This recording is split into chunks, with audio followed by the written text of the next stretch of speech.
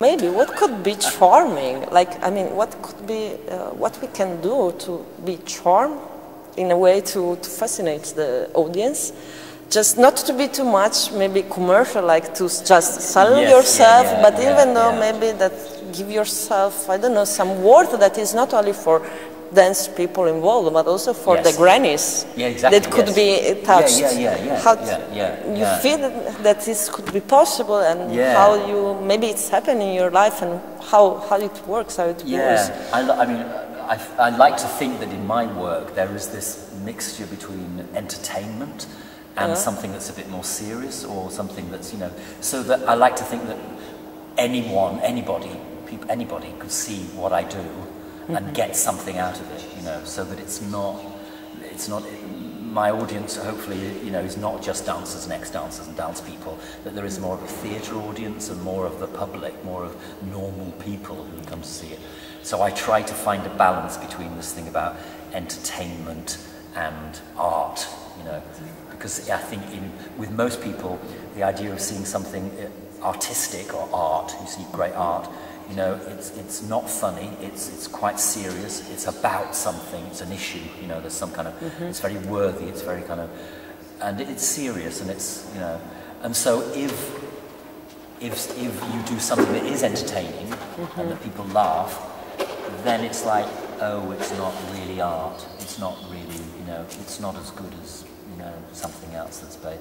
So I think sometimes dance people or dance critics maybe who see my work, because they laugh and they have a good time, it's quite good, they kind of think that they sort of dismiss it in a way. So it's kind of, you know, they think my work, I think they see my work as a lower level. It's not really art, it's kind of entertainment, and it's just a bit like a mini musical kind of thing, you know.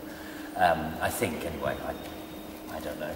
But in the end I don't care. Yeah, really, because now I'm at this age now, because I'm so old, I don't give a fuck what the audience think or what they, you know, I don't care who comes to see. I mean, it's nice if people come, but, you know, I've performed in front of 5 people, you know, up in Scotland or something, you know, I've performed in front of so few people, and it's so that I just don't care anymore. I just, you know, it's good, it's nice if people come and they like it, and there's lots of people, but I don't really bother, I'm not. But what is the feeling that maybe in this year, with this crisis, financial crisis that's really came on everybody, like, you know, the debt. Yes, How it's some way, I don't know how to say it, more, not only influence, but also changing this kind of relation between the products, because maybe before we were also more free to think, okay, I do my work even though there was not much public, but now we have really to face also how to live. I like before, but now I think it's much more hard to live day by day, like just to find money to eat or something like this. So you think that all this kind of stuff is really influence and bringing the artist to really make a choice more direct, like you say, to force himself maybe to be more entertainer just to get more people, or maybe to be more strong in their ideas, because in this kind of really extreme situation, it's doing this, or you feel it that's happened or not, and how you... Yeah, I think so. I don't think in a way that artists change. I don't think they change, you know what I mean? It doesn't matter whether they're getting money or not. If you're an artist and you want to create something and you want to make something, then that's what you do. And it has nothing to do with who sees it, how much it costs, how much money you're getting or whatever. You just, you know, Van Gogh just painted because he had to paint, you know. You know, Shakespeare wrote stuff because he just had to write it. Yes, he was paid and he had a company and so on.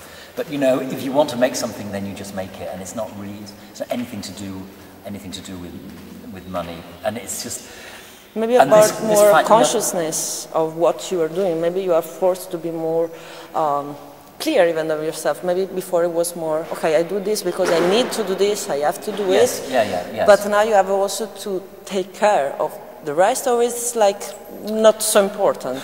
It's your choice. It's the choice of the artist. If they want to think, I don't think real artists think about the audience. I don't think real artists I don't think they make things thinking, what are other people going to think about this?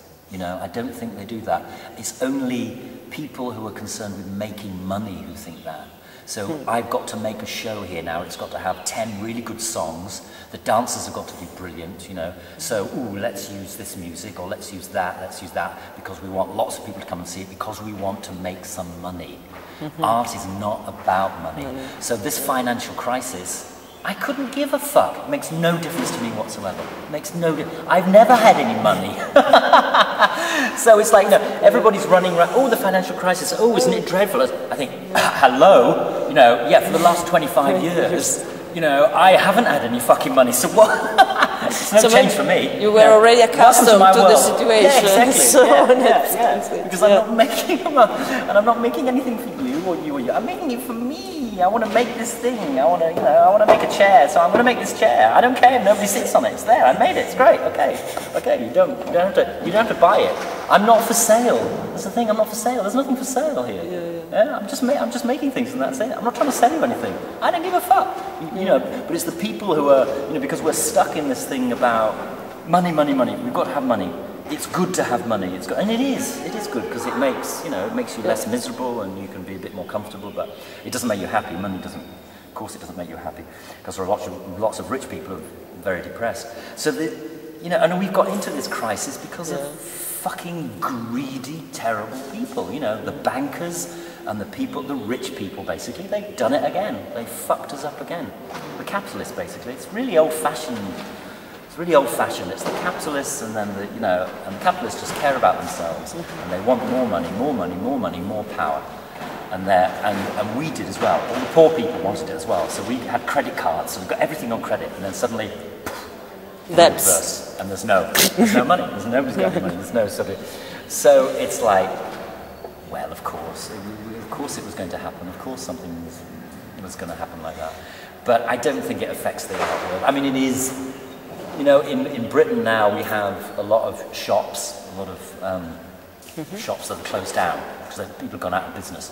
And so in London anyway, but I think all over Britain, artists are moving into these shops and doing performances or putting art in the shops. So you can go in these empty shops now because it's really low rent, and they're just having an exhibition for just a few days. For example, this is a positive thing coming out, no? Just to appropriate yourself from... Yes, yeah. So this is really interesting thing, that in the crisis you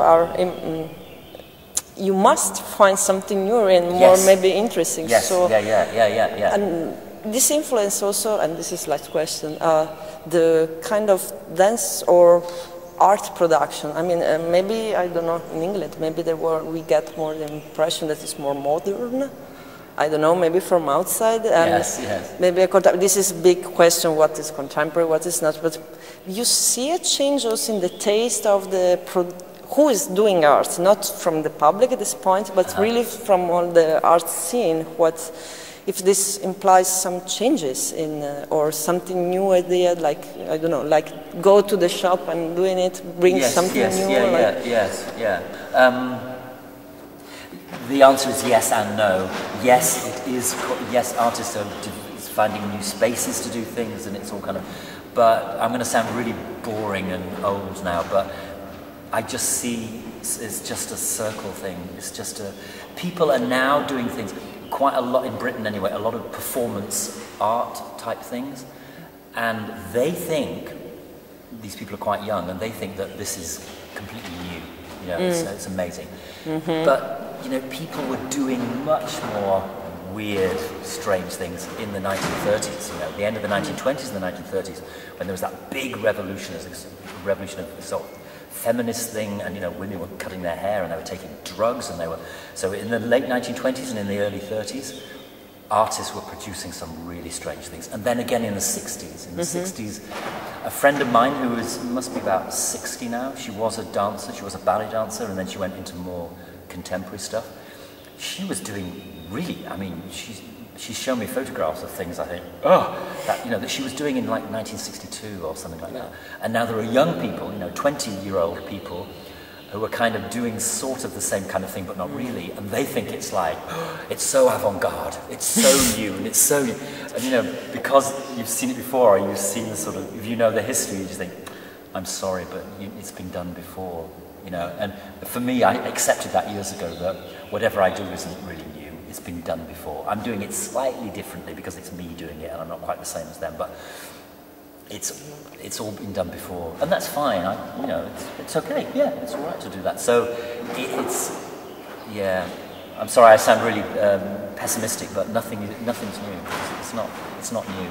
It is new in the sense that somebody else is doing it, and it's in this time now, and you know, it's kind of, and it is affected by money and other, you know, other things, and society and the way society is, and the green movement and all that, everything is. But really, in a way, it's not new. So it is new, but it's new for the people who are doing it. But for the people who have been doing it, and for all the dead people, stuff. It's not new.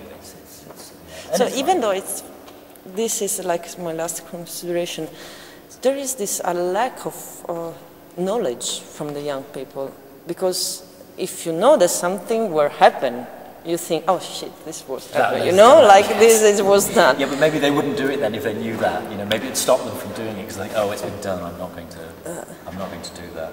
I mean, I think it's an attempt. What young people are doing is an attempt to find something new, to discover a new sound. You know, in music, we're going to mix punk music with jazz, and then we're going to put this thing. We're going to have rap, but we're going to have classical music that's been sampled, and then, you know, and that's been done as well. But, you know, so I think they're looking for, and that's great. I think it's always that thing about questioning and looking for things and trying this. And, okay, let's not do that. Let's turn it upside down and then you run against it, rather than, okay, they usually do this, but let's do this the other way, and let's do it, and let's not do it in a theatre. Let's do it outside. Let's do it in the hotel, or let's do it in the toilet, or let's. Okay, and now we'll do Swan Lake, but we'll do it on bicycles. No, we'll do it on ice. No, you know. So it's. Yeah, I mean, it's great because you're just looking for new ways of presenting things. But in the end, it is the same. I think great artists, you know, like Picasso and Stravinsky, and great artists were making the same piece again and again and again and again and again, because they're trying to. And I feel that's what I'm doing. I'm making the same thing again and again because I'm trying to, you know, purify it and get to the thing that is exactly as I want it to be. And hopefully that will never happen. I'll die before I get that sort of perfect thing, because it can never, you know. Well, it is perfect. It's all perfect, but you know, it's the process. Your process of challenging yourself and trying to get to something. And hopefully I'll never get there. You know, because I don't want to. I just want to keep going until I stop. Keep going until I stop. Yeah, that's it. Yeah. Super cool. Thank you very much for everything.